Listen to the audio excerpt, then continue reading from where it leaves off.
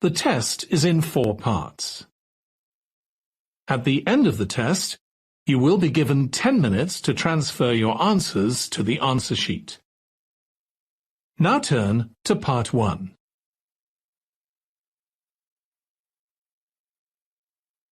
Part 1.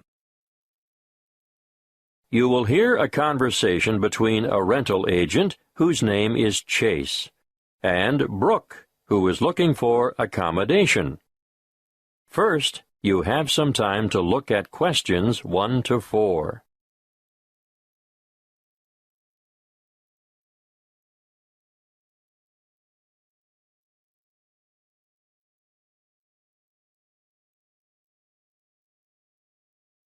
Listen carefully and answer questions 1 to 4.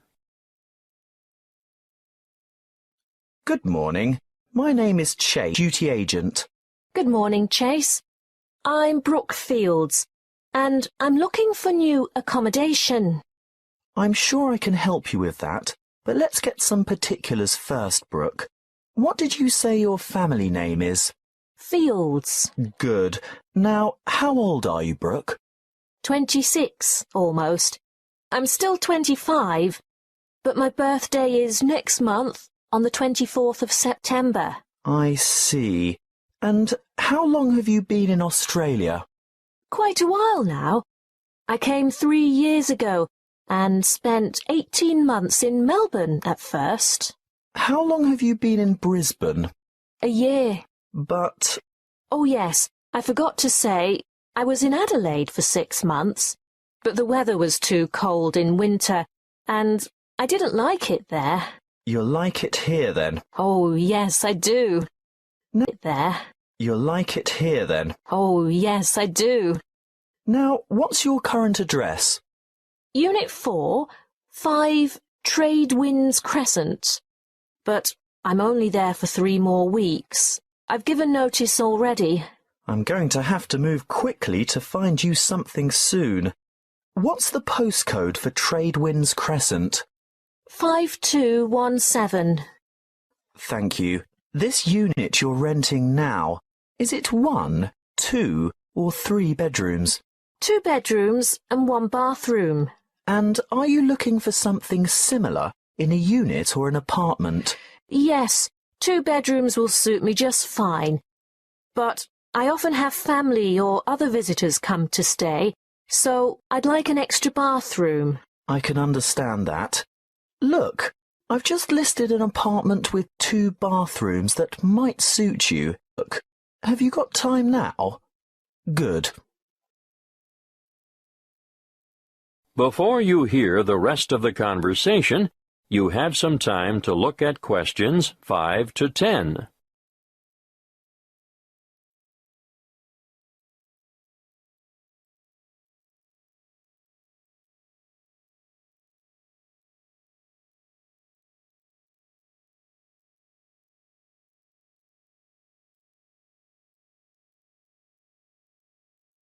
Now listen and answer questions 5 to 10. Well, here we are. What do you think? It's nice, but I wonder whether it gets too hot and stuffy in summer without air conditioning. I shouldn't think so. Did you notice the ceiling fans in all the rooms? Yes, but will I be able to have the windows cleaned? Ah, well, there's a reason for that. Insects aren't a problem here. You may not get the sea breezes in this area, but there are other benefits. What do you think of the kitchen? Pretty good, really. It might not be very big, but it has a fresh, up-to-date feel and modern appliances. I just love this cute little pantry, too. The landlord has recently done all the floors. Do you like the carpet in the bedrooms? Oh, yes, I do. A good neutral colour. I especially like the living room. The polished timber floors are lovely. The bathroom tiles aren't new, though, are they? No, but any cracked tiles have been replaced, and they've all been professionally polished.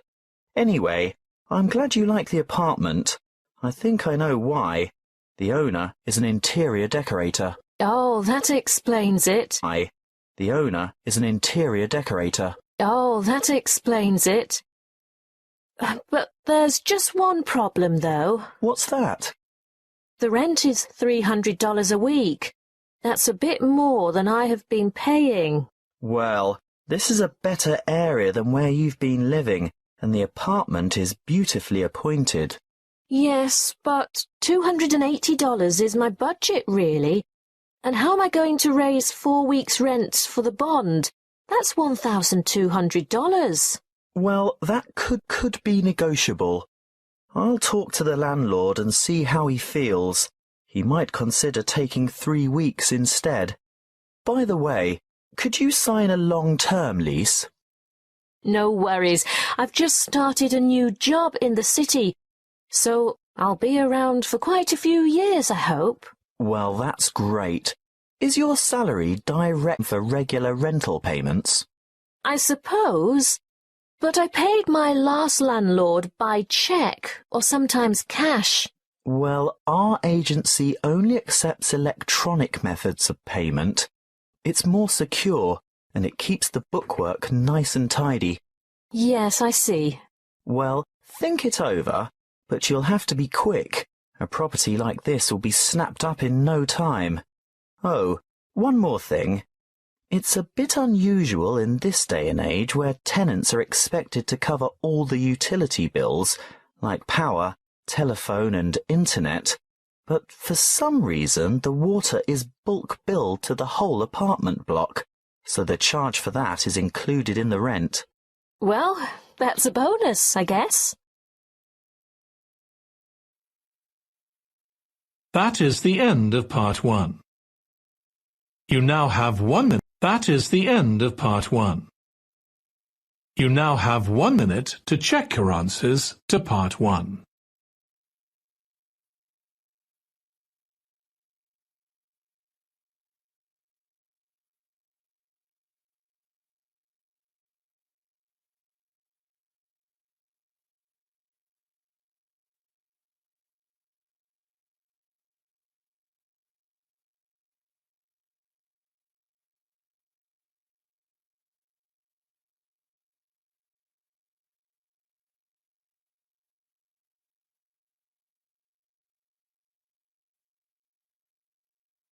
Part 2. You will hear a crime prevention and fire safety officer talking to a group of new residents. First, you have some time to look at questions 11 to 15.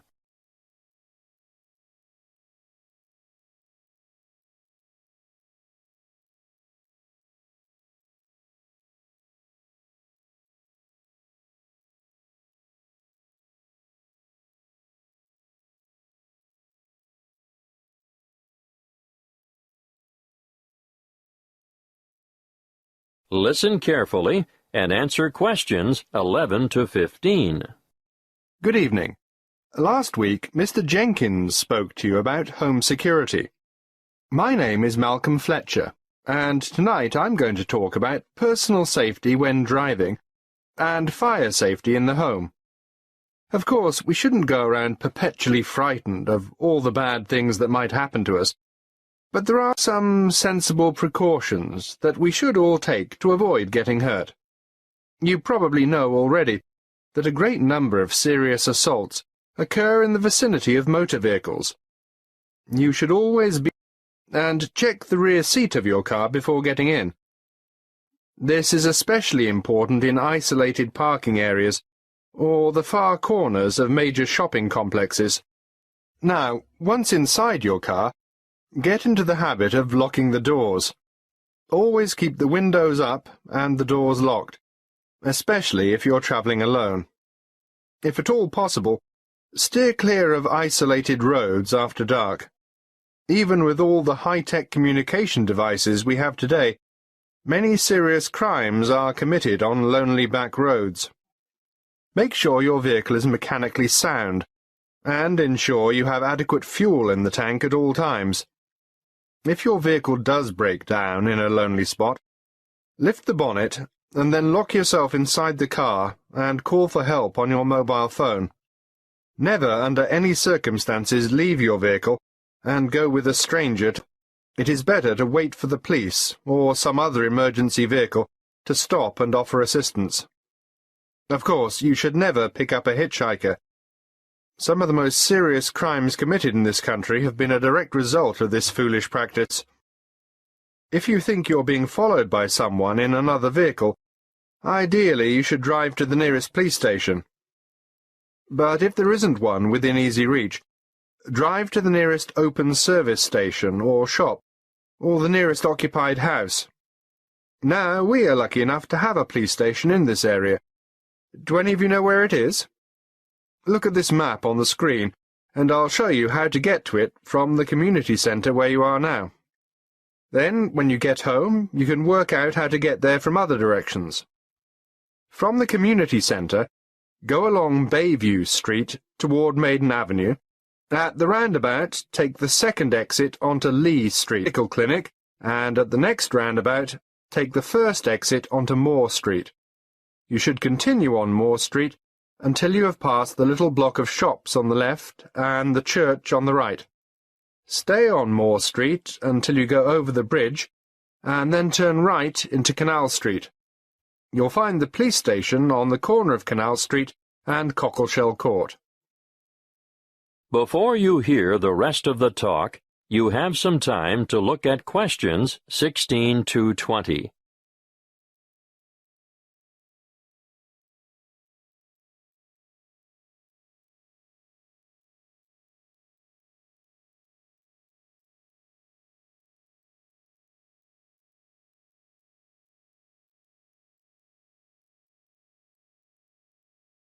Now listen and answer questions 16 to 20. Now let's move on to fire safety. Before I talk to you about safety precautions and procedures, I'd like to mention some of the effects of smoke and heat on humans. There are 4 ingredients of fire, namely oxygen, fuel, heat, and chain reactions. Almost all materials burn, and most household goods burn very easily. The air we breathe contains about 21% oxygen. As fire burns, it consumes oxygen, thereby reducing the oxygen content of the air. When that is reduced to 15%, oxygen deficiencies in body tissue cause an impairment of muscle control and dexterity. At between 10 and 14%, judgment and reasoning are affected. Oxygen reduction to between 6 and 10% results in unconsciousness, and breathing stops. Sounds scary, doesn't it? But that's not all you have to worry about. Many materials in the home give off toxic gases as they burn. The main toxic gases are carbon monoxide, carbon dioxide, hydrogen sulfide, and nitrogen oxide. Carbon monoxide is an invisible and odorless gas produced in all fires. It takes up the place of oxygen in the blood, thereby reducing the supply of oxygen to the brain. The effect of carbon dioxide is to increase the heart rate and stimulate the rate of breathing, causing an increase in the intake of other toxic gases, which contributes to, amongst other symptoms, serious oxygen deprivation. Hydrogen sulfide, on the other hand, affects the nervous system, causing dizziness and pain in the respiratory system. It does occur naturally in volcanic gases and hot springs, and it also results from the bacterial breakdown of organic matter. You're probably familiar with it. You know, it has that characteristic odour of rotten eggs. But make no mistake, in large concentrations, it's deadly. Lastly, nitrogen oxide is another extremely poisonous gas at high levels of concentration, which deadens feeling in the throat and lungs, causes swelling in the throat, and a build-up of fluids in the lungs. That is the end of part 2. You now have 30 seconds to check your answers to part 2.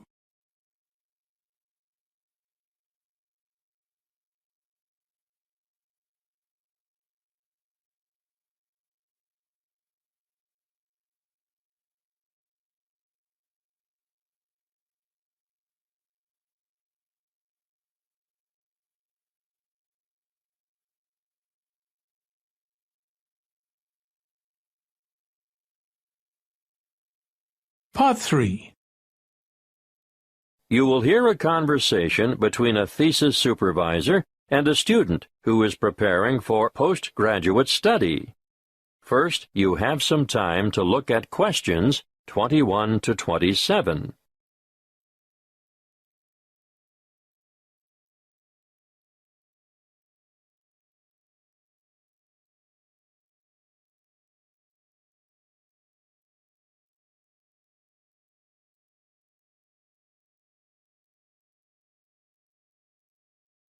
Listen carefully and answer questions 21 to 27.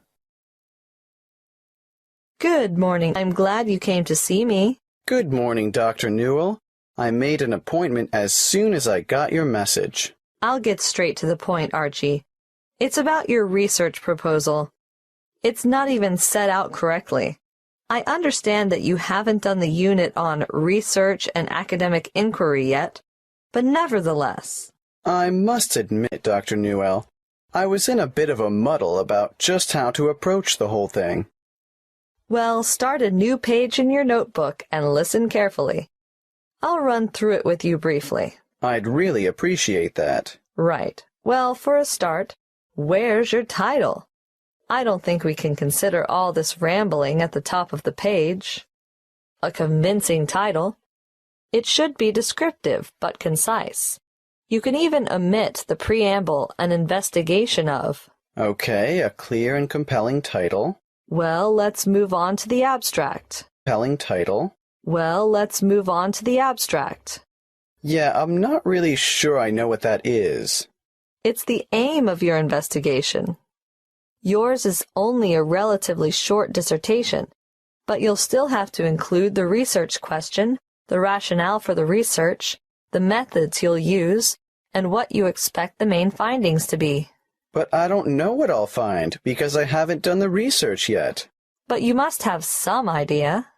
Well, yes, but the results could be quite different. That isn't a problem. That's what research is all about. Now, moving on, some people have an introduction, and others just combine it with a literature review.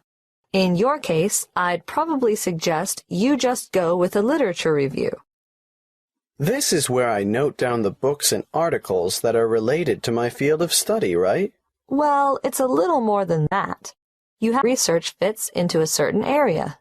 So I write down the titles of the published material that has a similar theory to mine. Yes, but you should demonstrate how your theory is different from others as well. That's an awful lot of reading. Precisely.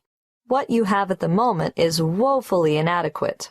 I guess I need to spend my summer vacation in the library. Yes, that's not a bad idea. But let's move on, shall we? There's more? Yes, your next section should be methodology. I know that means methods, but I'm a bit stuck here. This is your work plan. This is where you summarize your data collection process. Like, who will take part? Yes, your participants, how you'll get your samples, and most importantly, how you'll measure your samples. So that unit on validity and reliability will finally come in useful. Yes, but you'll also have to consider how you'll plan to proceed. Got that. Then what? Discussion is the next heading. What do I discuss? Potential outcomes. You must be able to show what significance your findings will have and how you plan to use them. Also, I think I should mention, this is the section where you'll state any limitations or weaknesses that your research might have. There might be a few of those. Well, that's it in a nutshell, really. There are more complex templates for research proposals, but I think this is enough considering the length of your dissertation. Oh, one more thing. Don't forget to include any ethical considerations there might be. Depending on what you have in mind for your participants, you may have to get approval from the ethics committee. I have to get their written consent, don't I? Yes, but you will also explain how you're going to protect their identity. Consent, don't I? Yes, but you will also explain how you're going to protect their identity.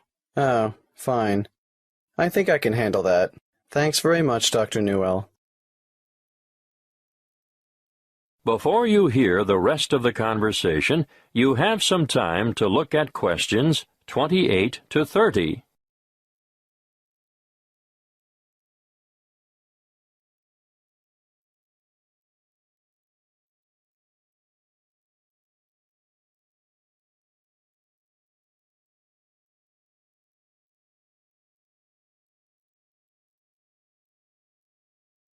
Now, listen and answer questions 28 to 30. All I've done is go through the key elements with you. Let me explain that the proposal has to convince me that your project is worthwhile and that you have the necessary competence to carry. What do you hope to accomplish? Why do you want to do it? And how are you going to do it? I can't make it simpler than that. No, that's really helpful. Thanks. Just a bit more advice, Archie. Students often come unstuck in their proposals because they don't organize their material. They lack focus and rely too much on repetition. Failure to cite references correctly will also go against you. Is APA style good? We don't specify a style in this department, but whatever you choose, it must be consistent. I'll stick with APA. I know that one. Good. One more thing, Archie. Don't ramble. You have a tendency to write without a clear sense of direction and include too much detail on minor issues. Keep the details for the major issues. I'll make a note of it. Okay. Get the revised proposal in to me by next week, and I'll have another look at it. I'll make a note of it. Okay. Get the revised proposal in to me by next week, and I'll have another look at it before the break. That is the end of Part 3. You now have 30 seconds to check your answers to Part 3.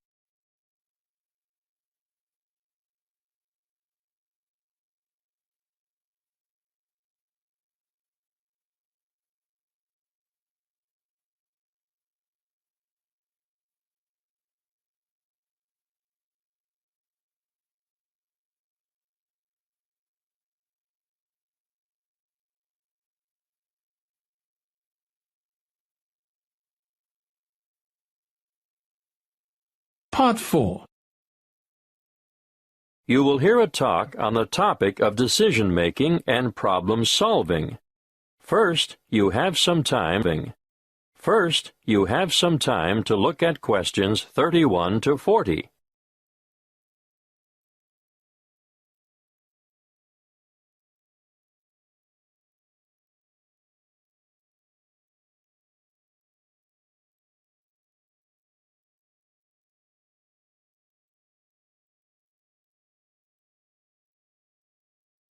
Listen carefully and answer questions 31 to 40.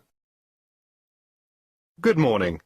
Today, as part of your business management course, we're starting a unit on problem-solving skills and decision-making. Let's start with a powerful decision-making technique developed by Edward de Bono in his book 6 Thinking Hats, which you'll find on your required reading list. The method works by compelling you to move outside your habitual ways of thinking. But these approaches, used in combination with quite different ones, will improve the overall quality of your decision-making. Now, each thinking hat has a different color and represents a different style of thinking. Let's start with the white hat. When you're wearing the white hat, you look at the information you have. You look at historical trends and try to analyze them. And you take account of gaps in your knowledge and try to fill them. On the other hand, if you're wearing the red hat, you listen to your gut reaction and instincts. You also try to imagine the intuitive response that other people might have. How would other people, who are unaware of your reasoning and all the facts at your disposal, react? That brings us to the black hat next. Black hat thinking, as its name suggests, is cautious and defensive, and you examine why something might not work. It all sounds very negative, but it is essential to know what the weak points in a plan of action might be. It permits you to alter your approach eliminate problems, or at least be ready with contingency plans if the worst happens. After all, it is better to spot the fatal flaw and know the risks before you undertake a new enterprise. The opposite viewpoint, of course, comes with the yellow hat. It helps you to continue when the outlook is gloomy or the problems seem insurmountable. Think positively, and you'll see all the advantages and values of the decision and all the opportunities it brings. Let's look at what the green hat has to offer now. It stands for freewheeling, imaginative, inspired, innovative thinking, where there is little or no criticism of ideas. Original solutions to a problem are more likely to arise when you're wearing the green hat. Finally, the blue hat. This is the hat that the person chairing the meeting wears. The blue hat is in charge and organizes the meeting. He or she can point activities in the direction of other coloured hats when required. For example, if ideas have dried up, the blue hat will suggest more green hat thinking. If there is too much exuberance and enthusiasm for an idea, the blue hat will ask for black hat thinking to ensure that any possible defects have been addressed. Needless to say, you can use 6 thinking hats by yourself, but it really comes into its own when participants with different thinking styles come together to make a sound decision. Another useful way to generate radical ideas or creative solutions to a problem is brainstorming. You're all familiar with the term brainstorming, and I'm sure you've all done it from time to time. But even in well-managed groups, sometimes big egos intimidate less confident participants, who in turn may feel pressured to conform, or are inhibited because of their respect for authority. What I would suggest in this case is a system called the stepladder technique. If you follow the flowchart on the board, you'll see there are just 5 basic steps. Firstly, members contribute on an individual level. The task is presented to them. They are given time to think and form their own opinions about how to solve the problem. You do this before you get them together as a group. Secondly, you form a core group of just 2 people and allow them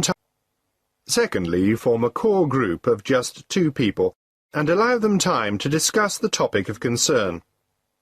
In the third step, a third member is added to the core group, but, and this is most important, that third person presents his or her thoughts before having a chance to hear the proposals that have already been put forward.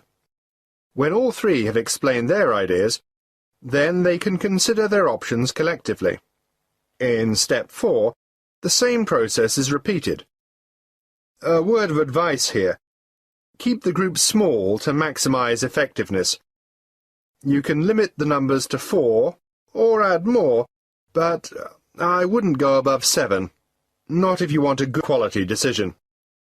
The last step in the process is to get a final decision, but only after all members have been included and had the opportunity to communicate. This step-by-step method is to give even the most diffident and quietest people the chance to share their ideas before they can be influenced by others. That is the end of part 4. You